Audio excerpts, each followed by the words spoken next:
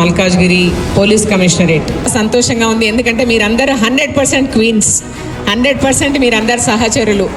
ఏమంటే మీరు పోలీస్తో పాటు సహచరి అవుతే నిజంగా కూడా మనం సస్యశ్యామల రాష్ట్రాన్ని ఎట్లా చూడబోతామన్నది మన బస్తీలను మనము భద్రతాపరంగా 100% వీ విల్ మేక్ అవర్ బస్తీ సేఫ్.